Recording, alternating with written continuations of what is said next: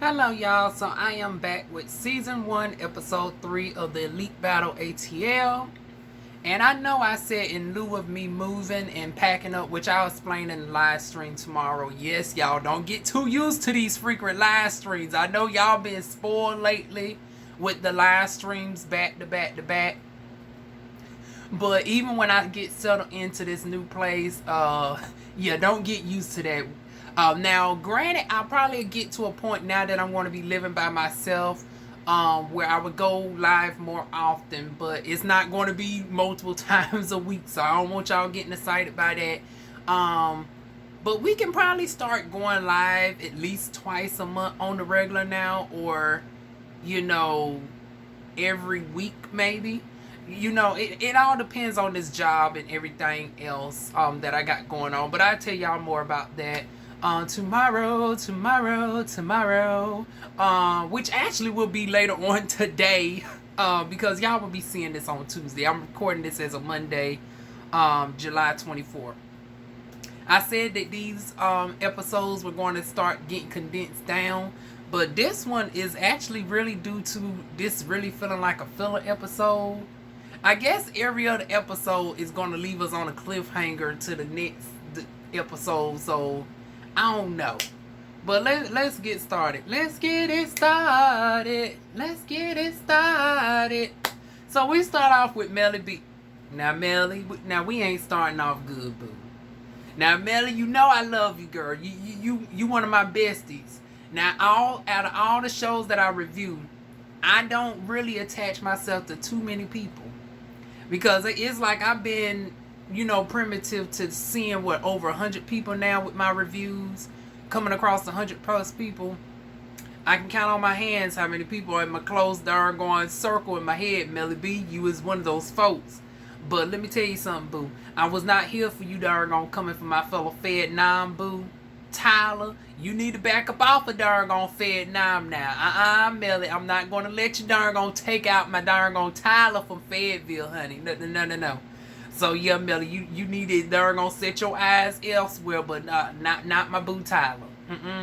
I know I'm just getting to know Tyler, but just by way of him being from the doggone 2-6, you need to doggone back up off him, boo. Now, on to the real threat, honey. Miss Tonka is on the Zoom call with her team. And then, you know what? I thought this shit was doggone planned it for the sake of storyline. But the irony that they really came up with Team Red and Ja team came up with the Team Blue, Royal Blue at that.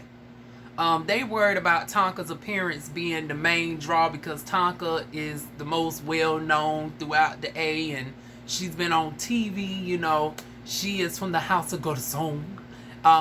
She is legendary ballroom. So they thought, they was going to use Tonka likeness. In addition, they thought they was going to use Melly's background in marketing. For y'all that don't know, Melly, like myself, also has a background in marketing. But surprisingly, none of them two decided to use those strengths to their weak. And I don't know who was the shady one that said, I don't expect Melly to go above and beyond. I think that was the King that said that, the Royal Couch. And sure enough, darn on Melly, you darn gonna prove them right, honey. You didn't even put the marketing skills to use. I guess you said... No shame, Nunu. I guess Melly said in his head, well, bitch, Nunu don't pay us. I guess you say, bitch, I ain't getting paid for it. I ain't utilizing my marketing services. I ain't going to school and get my damn degree. I got companies that pay me for my darn expertise. I'll be damned if I'm darn doing it up on here for a game show. I can see Melly darn saying some fuck shit like that in his head. But neither here nor there. Neither one of them use their darn skill sets, as we see later on in the programming. Now, Jay, I want to know, boo, where did you get that outfit from? And I'm going to darn probably do a snippet of this clip and inbox you, because I want that outfit. Because as I, start tossing out old clothes like this, I would probably never get rid of this shirt. Y'all gonna see this like y'all seen Tiffany Haddish in that Beyonce dress a dozen times. I love the fact this is my Chick-fil-A shirt. I've been gone from Chick-fil-A for over years now, for what, 3 years now. But the fact that this is just the convenience of, it's my favorite color, it's wrinkle proof. That's why I always darn gonna toss it on. I got 2 of them, y'all. Y'all seen me in the other one just the other day. But yeah, y'all, just in case somebody be like, damn, Diva, you always with this shirt. Honey, it's so goddamn convenient. And that's another thing. I need to get some more wrinkle-free shirts. It's just easy to just toss on and go, child. But speaking of toss on to go, I want to know where I can toss on that goddamn floral print, honey. Now, Jay, you need to go ahead and drop me the website, boo, or drop me the designer. What else do we got? Now, Tyler, I was rooting for you, girl. Here I am windmilling against my bestie, Melly B, for you, and here you is slacking. The only thing you brought was some dollar doggone store utensils. And then you said you brought a cake. The cake didn't look darn on special. It didn't look like you got it darn on cause it was just a plain cake. It looked like you got from the Family Dollar on the food stamp card or whatnot. And it's like, well, hell, at least you brought some. But compared to Mulatto over there, Mulatto got the whole catering service. And your ass done went and darn gonna slid somebody's good old EBT.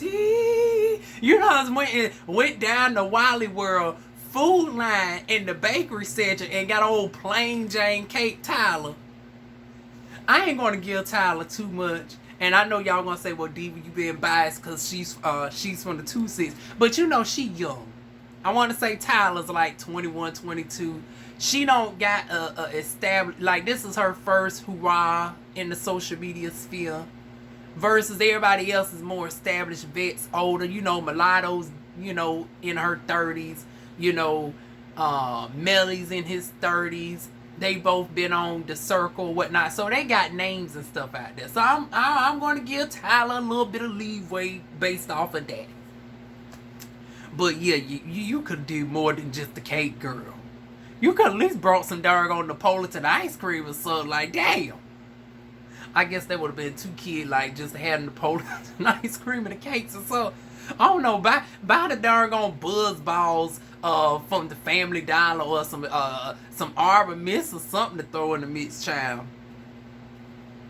But he calls himself forming an alliance with the other Tyler and calling themselves they call themselves T-Square. I was like, ooh, Tonka, you was worried about the other doggone Tyler getting your ass out of here. Little do you know, honey, doggone Tyler from the doggone 2-6 is going to be your undoing. Your fella doggone North Carolinian is doggone planning to get your motherfucking ass up out of there, honey. I thought of all things, they might have tried to form a doggone Carolinian alliance. All these alliances going on, Mulatto just stacking up her doggone numbers, honey. She keeping up with Melly B. Honey, some people only just got one folks on their side. It's the Tylers. And then you got, I think Prince even got like 4 people on his doggone side of whatnots, you know, pretty cute privileged child. Because he ain't said much enough. We just doggone seen good looks from him, and that's about it the whole time. Everybody else has been at the forefront of the camera. Even old girl that I can't stand has been getting more camera time than Prince, honey. Prince wasn't even featured in this episode. She just walked on by with a couple guys at the end. She didn't have no speaking line or anything this episode. Girl, Prince, now you faded, you resting on pretty ain't going to get you to the end. It might darn gonna let you slide under the radar for a couple episodes or whatnots. But girl, I need to know what your strategy is going to be coming up now. Inquiring minds wanting to know, because like I said, Tonka and them ain't going to get mesmerized by pretty. Melly B and them ain't going to get mesmerized by pretty as the competition goes along. And then you got a couple lesbians thrown in the mix, honey. So it's like they damn sure ain't going to be mesmerized by you and darn gonna just blindly vote for you, boo. But moving on from there, honey, everybody got their alliances and shit going on. Jay and Tonka start playfully going back and forth of whose party's doing the best, this, that, and the third. And speaking of Prince, this is when he arrives with who I think is going to be the strippers, but we got to wait until the next episode for my thoughts to be proven right or wrong or whatnot. So like I say, he just walked on by. He just gave good looks and that's it, honey. We ain't really hear too much out of doggone Prince this episode. Now Jay, now girl, I love you, girl, but this is where you going too far. Now you don't went in them doggone people's section, and you call yourself dropping doggone the products and stuff, and then it's like with Melly B of all people. I was like, girl, you must not have seen the circle now. Honey, you must not have seen how Melly B get down when doggone people's up in her space and doggone provoke this shit. I was like, now, Jay, you might want to back up. You're going to be in danger. Honey, girl, you is not making a good impression on the A because you brand spanking new down there in the A. And on this show alone, you done pissed off doggone Melly. I was like, oh, girl, that's the wrong one to doggone piss off. And then we ain't even going to get into your off-screen doggone answers, honey. Lord knows, doggone Jay, you really racking up a list down there in the A, honey. I don't want to.